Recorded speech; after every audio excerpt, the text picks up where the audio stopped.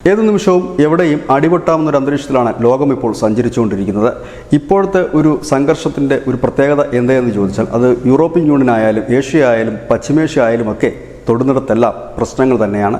എപ്പോഴും എവിടെയും സംഘർഷഭരിതമായ അന്തരീക്ഷം, അടിപൊട്ടാവുന്ന സാഹചര്യം. ഇവിടെ ആരും ഒരു രാജ്യവും അതിൽ നിന്നും മുക്തമല്ല എന്നുള്ളതാണ് ഏറ്റവും കൗതുകകരമായ കാര്യം.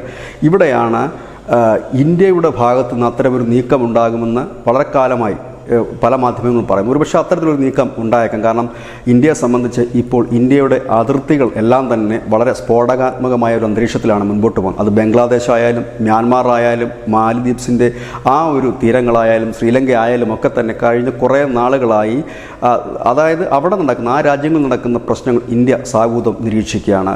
കാരണം ഇനിയും ക്ഷമിച്ചിരിക്കാൻ പലയിടത്തും കഴിയില്ല. കാരണം അതിർത്തിയിൽ പാകിസ്ഥാൻ നടത്തുന്ന ഒരു വലിയ നീക്കം, പാകിസ്ഥാനിൽ നിന്ന് നുഴഞ്ഞു കയറിയവർ കാശ്മീരിൽ തമ്പടിച്ചിരിച്ച് നടത്തുന്ന നീക്കം, അതിലും ഭീകരമായ നീക്കം. ഏതാണ്ട് ഇപ്പോൾ പുറത്തു വരുന്ന ചില വിവരങ്ങളനുസരിച്ച് 80ഓളം വിദേശ ഭീകരർ എന്ന് പറയുമ്പോൾ പാകിസ്ഥാനിൽ നിന്ന് മാത്രം അല്ല, അഫ്ഗാനിസ്ഥാനിൽ നിന്നുമുള്ള ഭീകരന്മാരും അക്കൂട്ടത്തിൽ ഉണ്ട് എന്നാണ് വിവരങ്ങൾ വരുന്നത്. അത്തരത്തിലുള്ള ഭീകരന്മാർ വനമേഖലയിൽ തമ്പടിച്ചുകൊണ്ട് ഇന്ത്യൻ സൈന്യത്തിന് നേരെ നടത്തുന്ന ആക്രമണങ്ങൾ, അതിർത്തിക്കപ്പുറം നുഴഞ്ഞു കയറാൻ കാത്തിരിക്കുന്ന ഭീകര സംഘങ്ങൾ, അങ്ങനെ നമ്മൾ വലിയൊരു യുദ്ധമുഖത്ത് നിൽക്കുമ്പോഴാണ് ഇപ്പോൾ ബംഗ്ലാദേശിൽ നടക്കുന്ന കാര്യങ്ങൾ, അവിടെ നിന്നും അതിർത്തി കടന്ന് എത്താനുള്ള കാര്യങ്ങൾ. കഴിഞ്ഞ കുറേ ദിവസമായി നാം കാണുന്നൊരു കാഴ്ച, BSFൻ്റെ മേധാവികൾ ഇല്ലെങ്കിൽ അവിടുത്തെ കമാൻഡർമാരൊക്കെ ഈ കടന്ന് കയറാൻ ശ്രമിക്കുന്ന ജനക്കൂട്ടം, അതിൽ തന്നെ ജനക്കൂട്ടമാണോ ആ ജനക്കൂട്ടത്തിനിടയിൽ ഭീകരരുണ്ടോ എന്ന് നമുക്ക് വ്യക്തതയില്ല, സൈന്യത്തിനും വ്യക്തതയില്ല. കാരണം അതിർത്തിക്ക് അപ്പുറത്ത് നിന്ന് കടന്നു വരുന്ന ജനക്കൂട്ടമാണ്. അവരോട് വളരെ സൗമ്യമായി പറയുന്നു, ആര് പറഞ്ഞാലും നിങ്ങളെ ഈ അതിർത്തി കടക്കാൻ കഴിയില്ല, അതുകൊണ്ട് നിങ്ങൾ മടങ്ങിപ്പോകണമെന്ന്.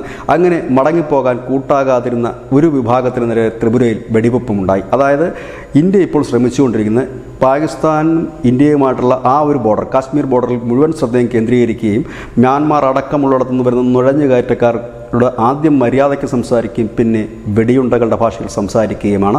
മ്യാൻമാറിലെ അതിർത്തി അടച്ചിട്ട് നാളുകളേറെയാകുന്നു. ഇവിടെ എത്തിയ രോഗാതുരരായവർ ഇല്ലെങ്കിൽ അപകടം പറ്റിയവർ, പരിക്കേറ്റവരെ ഇവിടെ ചികിത്സിച്ച് പെട്ടെന്ന് തന്നെ മടക്കി അയക്കുകയാണ്. ബോർഡർ പൂർണ്ണമായി നമ്മൾ ക്ലോസ് ചെയ്ത് കഴിഞ്ഞു മ്യാൻമാറിൽ നിന്നുള്ള. അതുകൂടാതെ മണിപ്പൂരിലടക്കം വടക്കിഴക്കൻ സംസ്ഥാനങ്ങൾ മ്യാൻമാറിൽ നിന്ന് മുൻപ് എത്തിയിട്ടുള്ള ആളുകളെയൊക്കെ കണ്ടെത്തി പുറത്താക്കൽ നടപടി തുടങ്ങിക്കഴിഞ്ഞു. ബംഗ്ലാദേശിൻ്റെ അതിർത്തി, അതായത് ബംഗ്ലാദേശിൻ്റെ അതിർത്തി എന്ന് പറയുമ്പോൾ 5 സംസ്ഥാനങ്ങളാണ് ഇന്ത്യയിലുള്ളത്. ആ അതിർത്തി പങ്കിടുന്നത് 4096 കിലോമീറ്ററാണ് നമ്മുടെ അതിർത്തി ബംഗ്ലാദേശുമായിട്ടുള്ളത്. അതിൽ ആസാമുണ്ട്, മിസോറാമുണ്ട്, അതുപോലെ ത്രിപുരയും പശ്ചിമ ബംഗാളും അടക്കമുള്ളിടത്തുണ്ട്. അവിടങ്ങളിലെല്ലാം ഇത്തരത്തിൽ അതിർത്തിയിൽ നാം ആദ്യം അതിർത്തി കടക്കാൻ വരുന്ന ജനങ്ങളോട് മുന്നറിയിപ്പ് നൽകുന്നു. അതിനുശേഷം പിന്നെയും അതിർത്തി കടക്കാൻ ശ്രമിക്കുന്നവർക്ക് നാം അവർക്ക് മനസ്സിലാകുന്ന ഭാഷയിൽ സംസാരിക്കുന്നു. ഇതാണിപ്പോൾ നമ്മുടെ അതിർത്തി സംരക്ഷിക്കാൻ നാം നടത്തുന്ന നീക്കം. ഇതിനിടയിൽ ചൈനയുമായിട്ട് നമ്മൾ ഒരു സന്ധി സംഭാഷണം നടത്തുകയും ഇതുവരെ, അതായത് 2020 മുതൽ തർക്കമായിരുന്ന ഒരു പ്രദേശത്തെ രമ്യതയിൽ എത്തിക്കാനും നമുക്ക് കഴിഞ്ഞു. കാരണം ഇതെല്ലാം ഇന്ത്യ ഇപ്പോൾ തിരക്കിട്ട് ചെയ്യുന്നത് എന്തേ എന്ന് ചോദിച്ചു കഴിഞ്ഞാൽ ഏതു നിമിഷവും പാകിസ്ഥാനിൻ്റെ മണ്ണിൽ കടന്നു കയറി ഒരു അടി നമ്മൾ കൊടുക്കും എന്നുള്ളത് തന്നെയാണ് ഒരു വലിയ സോഴ്സുകളിൽ നിന്ന് ലഭ്യമാകുന്ന വിവരവും. ഈ വാർത്ത കേൾക്കാൻ തുടങ്ങിയിട്ട് കഴിഞ്ഞ കുറേ നാളുകളായെങ്കിലും അത് ഏതു നിമിഷവും സംഭവിക്കാവുന്ന അവസ്ഥയിലാണ്.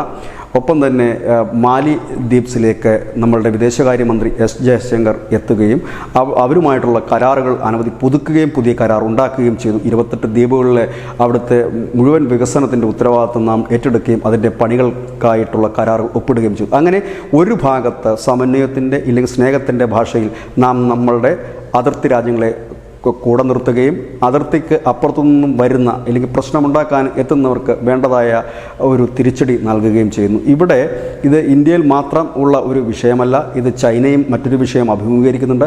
ചൈനയിലുള്ള ഉയ്ഗൂർ മുസ്ലിങ്ങൾ, പ്രത്യേകിച്ച് താജിക്കിസ്ഥാനുമായി അതിർത്തി പങ്കിടുന്ന ആ മേഖലയിൽ, അവിടെയാണ് ചൈന അവരുടെ ഏറ്റവും വലിയ സൈനിക വിന്യാസവും നടത്തിയിരിക്കുന്നത്. അവിടെ ഈ താജിക്കിസ്ഥാനും ഉസ്ബെക്കിസ്ഥാനിൽ നിന്നുമുള്ള ഈ ഉയ്ഗൂറുകളായിട്ടുള്ള സംഘടനകളും മറ്റുമൊക്കെ ഈ ചൈനയുടെ അതിർത്തി പ്രദേശങ്ങളിലും ഇത്തരത്തിലുള്ള അക്രമ സംഭവങ്ങൾ നടത്തും. അതായത് ഒരു രാജ്യവും ഈ ഭീകരപ്രവർത്തനങ്ങളിൽ നിന്ന് മുക്തരല്ല. ഒരുപക്ഷെ ചൈനയിൽ നിന്ന് മാധ്യമ വാർത്തകളൊന്നും നാം അറിയാറില്ല, കാരണം അവിടെ മാധ്യമ പ്രവർത്തനം ഇല്ലാത്തത് കൊണ്ട് മാത്രമാണ്. പക്ഷേ ഈ ബോർഡറിൽ നടക്കുന്ന വാർത്തകൾ പലപ്പോഴും വാർത്തകൾ ആയി മാറാറുമുണ്ട്.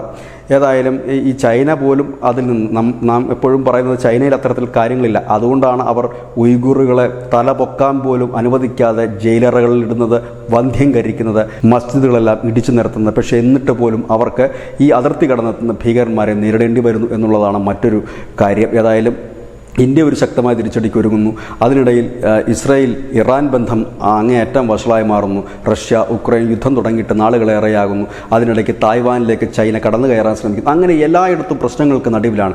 അതുകൊണ്ട് അടിപൊട്ടാം എവിടെയും ഏത് നിമിഷവും എന്നുള്ള സ്ഥിതിയിലാണ് ലോകം. പ്രത്യേകിച്ച് നമ്മളുടെ രാജ്യവും എവിടെ എപ്പോഴാണ് അടിക്കുക എന്ന് പറയാൻ കഴിയാത്തൊരു സാഹചര്യം. ബംഗ്ലാദേശിൻ്റെ അതിർത്തി പുകയുന്നുണ്ട്. അത് ബംഗ്ലാദേശുമായിട്ടുള്ള പ്രശ്നമല്ല. ബംഗ്ലാദേശിൽ തുറന്നുവിടപ്പെട്ട ഭീകരന്മാർ അതിർത്തി കടക്കാതിരിക്കാനാണ്. പാകിസ്ഥാനുമായിട്ടുള്ള പ്രശ്നമല്ല. പാകിസ്ഥാനിൻ്റെ ഭാഗമായി അല്ലെങ്കിൽ പാകിസ്ഥാൻ സ്പോൺസേഡ് ചെയ്യുന്ന ഭീകരർ കടന്നു കയറാതിരിക്കാനാണ്. അതായത് സ്വയം രക്ഷയ്ക്ക് നമ്മൾ സ്വയം പ്രതിരോധത്തിന് തയ്യാറെടുത്ത് വരുന്നു. ഇത് തന്നെയാണ് ന്യൂസ് ഇന്ത്യ മലയാളത്തിൽ ഇന്നത്തെ പോയിന്റ്. നന്ദി, നമസ്കാരം.